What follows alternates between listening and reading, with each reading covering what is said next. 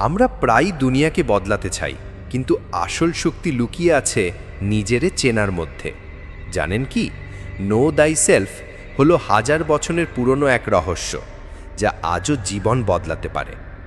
নিজেকে চেনা মানে আপনার শক্তি, দুর্বলতা, ভয় আর ইচ্ছেগুলোকে বোঝা।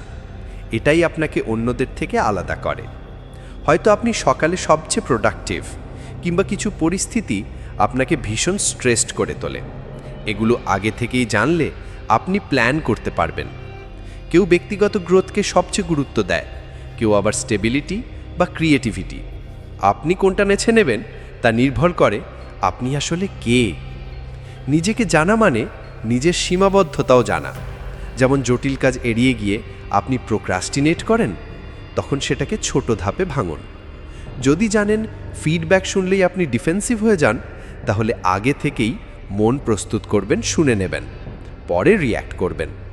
জার্নালিং, হ্যাবিট ট্র্যাক করা বা বিশ্বাসযোগ্য কারোর সাথে নিজের প্যাটার্ন শেয়ার করা, এসব সহজ টুল আপনাকে নিজের ভেতরের মানচিত্র দেখাবে।